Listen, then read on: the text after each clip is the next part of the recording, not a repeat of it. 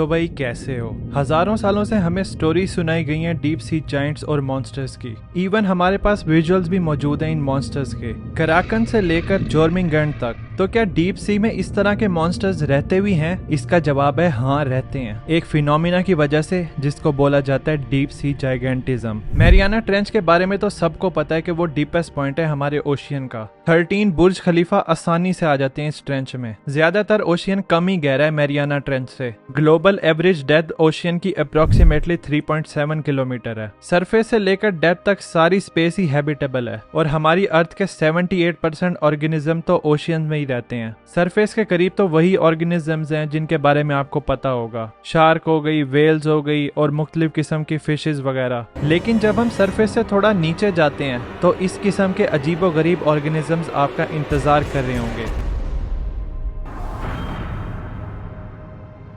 400 metre पे आपको मिलेगी ये मॉन्स्टर गोबलिन शार्क। बड़ी खौफनाक शार्क है ये और अपने जॉ को एक्सटेंड कर लेती है जब भी किसी शिकार को पकड़ना हो। इसके बाद मजीद 1000 मीटर पर आपको ब्लॉब फिश मिल जाएगी। इसको वाकई अगलीस्ट एनिमल अलाइव का अवार्ड मिल चुका है। लेकिन ये अपने हैबिटेट में इस तरह की नहीं होती, ये कुछ इस तरह की दिखाई देती है। जब इसको सरफेस पर लेकर जाते हैं तो ये इस तरह की बन जाती है और तभी इसने अपना नाम अगलीस्ट एनिमल अलाइव की लिस्ट में डलवाया था। 1000 मीटर के बाद 2000 मीटर तक आपको एंगलर फिश और गल पर ईल मिल जाएगी। लेकिन इस गहराई में आपको सिर्फ ये अजीबो गरीब मछलियां देखने को नहीं मिलेंगी, बल्कि ये ओशियन जाइंट्स को भी ब्रीड करता है डीप सी जाइगेंटिज्म की वजह से। डीप सी जाइगेंटिज्म होता यह है कि सिमिलर लुकिंग एनिमल जो सरफेस पर होते हैं उनका साइज 100 गुना ज्यादा बढ़ जाता है डीप और डार्क ओशियन के अंदर। डीप सी जाइगेंटिज्म की सबसे बेस्ट एग्जांपल है ये जाइंट स्क्विड। इसकी मैक्सिमम लेंथ है 13 मीटर्स और वेट में ये 250 किलोग्राम तक होता है। ये जाइंट स्क्विड अपने सरफेस पर रहने वाले कजन से कई 100 गुना ज्यादा बड़ा है। सरफेस पर रहने वाले सबसे छोटे स्क्विड की लेंथ 1 सेंटीमीटर है और वेट में वो 1 ग्राम से भी कम है। तो ये जाइंट स्क्विड तो मॉन्स्टर है डीप ओशियन का। लेकिन इस जाइंट स्क्विड का भी बड़ा भाई है जो इससे भी बड़ा है, उसका नाम है कोलोसल स्क्विड।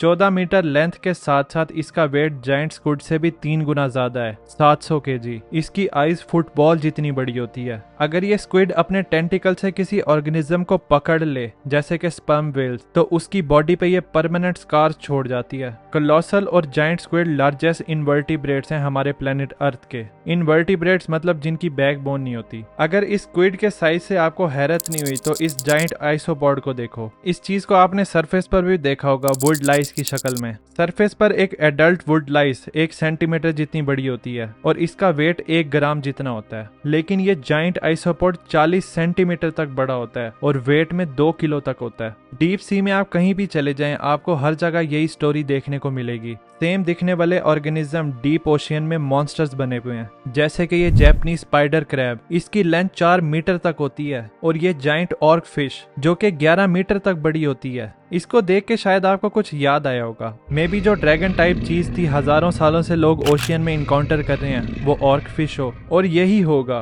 क्योंकि इसका हेड भी बिल्कुल पिक्चर वाले जोर्मिंगंड की तरह है और बॉडी शेप तो बिल्कुल वैसी ही है। यानी हिस्ट्री में लोगों ने ऑर्क फिश को इनकाउंटर किया था जिसको वो ड्रैगन समझ रहे थे। लेकिन भाई ऐसा हो क्या रहा है डीप ओशियन में जो उधर के ऑर्गेनिजम्स इतने बड़े होते जा रहे हैं? सच तो ये है कि हमें भी 100% नहीं पता कि डीप सी ऑर्गेनिज्म इतने बड़े क्यों हो रहे हैं। जैसे कि आपको पता है कि 5% ओशियन ही एक्सप्लोर कर पाए हम अब तक और 95% ओशियन और उसके ऑर्गेनिजम्स का हमें कुछ भी नहीं पता। सरप्राइजिंगली मून पर ज्यादा लोगों ने कदम रखा है बनिस्बत मैरियाना ट्रेंच के डीपेस्ट पॉइंट चैलेंजर डीप को विजिट करने के। डीप ओशियन के इन्वायरमेंट की वजह से वहां पर रहने वाले क्रिएचर्स को स्टडी करना बहुत ही ज्यादा मुश्किल है। कोलोसल स्क्विड की एग्जांपल ले लो, एक पूरी बस जितना लंबा स्क्विड। आपको तो लगता होगा ये डीप ओशियन में आराम से मिल जाएगा, लेकिन आज की मॉडर्न टेक्नोलॉजी और रिमोटली ऑपरेटेड सबमर्सिबल के होने के बावजूद भी हम कोलोसल स्क्विड को उसके नेचुरल हैबिटेट में आज तक ऑब्जर्व ही नहीं कर पाए, इवन एक बार भी। इसी वजह से डीप सी जाइगेंटिज्म को प्रूव करना काफी मुश्किल है। लेकिन फिक्र न करो, हमारे पास 2 थ्योरीज हैं डीप सी जाइगेंटिज्म को प्रूव करने के लिए। पहली थ्योरी है लैक ऑफ फूड। देखो, ये आइडिया कि खाने की कमी की वजह से ऑर्गेनिज्म का एवोल्यूशन की वजह से साइज बड़ा हो जाए, ये स्टूपिड सी बात लगती है। जाहिर है इसका उल्टा ही होना चाहिए,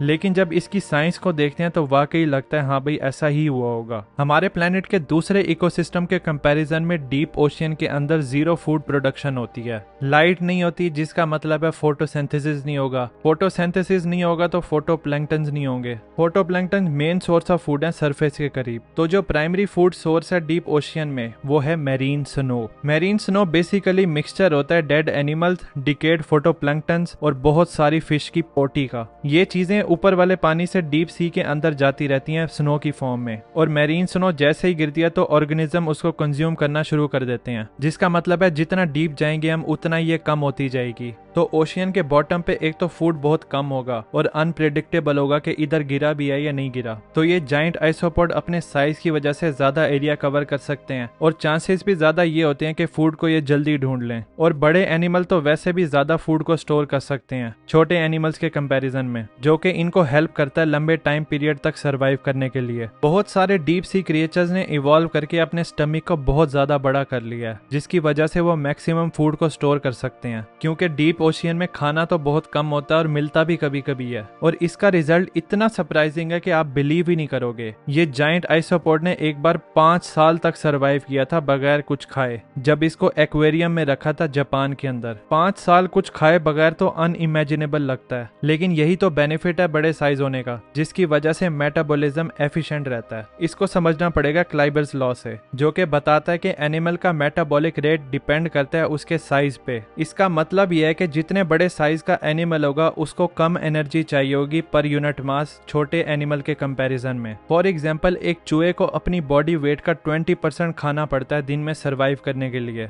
जबकि एलिफेंट को सिर्फ 5% खाना पड़ता है अपने बॉडी वेट के हिसाब से। मतलब बड़े एनिमल्स एफिशिएंटली एनर्जी को इस्तेमाल करते हैं। तो ये तो बहुत बड़ा एडवांटेज है ऐसे इन्वायरमेंट में जिधर फूड बहुत ज्यादा कम हो। एक और थ्योरी है जो बताती है कि डीप सी के क्रिएचर्स क्यों इतने बड़े हैं, वो है टेम्परेचर थ्योरी। अब जैसे ठंडे पानी का वेट ज्यादा होता है गर्म पानी से, तो डीप सी का इन्वायरमेंट बहुत ज्यादा ठंडा है। लो टेम्परेचर में मेटाबॉलिक प्रोसेस बहुत स्लो हो जाएगा, जिसकी वजह से ऑर्गेनिज्म की ग्रोथ तो स्लो होगी लेकिन उनकी जिंदगी बहुत ज्यादा लंबी हो जाएगी उन स्पीशीज के कंपैरिजन में जो सरफेस के करीब रहते हैं। इसकी परफेक्ट एग्जांपल है ये ग्रीनलैंड शार्क। ये शार्क डीप ओशियन में ही रहती है और ये 500 साल तक जिंदा रह सकती है। ये अब तक का डिस्कवर हुआ लॉन्गेस्ट लिविंग वर्टिब्रेट है। इसकी पॉसिबिलिटी है कि जो ग्रीनलैंड शार्क अभी जिंदा है वो मुगल्स के दौर में भी जिंदा होगी। टेम्परेचर वाली थ्योरी तो हमें अर्थ के डिफरेंट रीजन्स में भी देखने को मिलती है, सिर्फ ओशियन के डेप्थ में नहीं बल्कि सरफेस के करीब भी। इसकी बेस्ट एग्जांपल है ये सी स्पाइडर। वैसे तो ये छोटे होते हैं 2-3 सेंटीमीटर तक नॉर्मली, लेकिन ये एंटार्क्टिक सी स्पाइडर 70 सेंटीमीटर तक बड़े होते हैं। इसी तरह का साइज डिफरेंस आपको वर्म्स, स्टारफिश वगैरह में भी देखने को मिल जाएगा। टेम्परेचर थ्योरी भी देख ली और लैक ऑफ फूड थ्योरी भी देख ली, लेकिन डीप ओशियन में बहुत ही कम शिकारी होते हैं, जिसकी वजह से ऑर्गेनिज्म को बड़े होने में काफी टाइम मिल जाता है। लेकिन सच तो यह है कि हमारे पास कोई एक्सप्लेनेशन नहीं है डीप सी जाइगेंटिज्म की, क्योंकि डिफरेंट स्पीशीज को डिफरेंट तरीकों ने मदद किया उनके साइज को इंक्रीज करने में। लेकिन कुछ स्पीशीज ऐसे भी हैं जिनका डीप ओशियन में साइज बढ़ने के बजाय और कम हो गया, यानी deep sea dwarfism. Deep ocean हमें यह बताता है कि उसके अनहैबिटेबल इन्वायरमेंट में भी लाइफ अपना रास्ता ढूंढ ही लेती है थ्राइव करने के लिए। लेकिन ये डीप ओशियन अभी भी टेक्नोलॉजी होने की वजह से अनएक्सप्लोर क्यों है, इसका जवाब ढूंढना है तो यहाँ पर क्लिक कर सकते हैं। मिलते हैं ओशियन की गहराइयों में। Thanks for watching.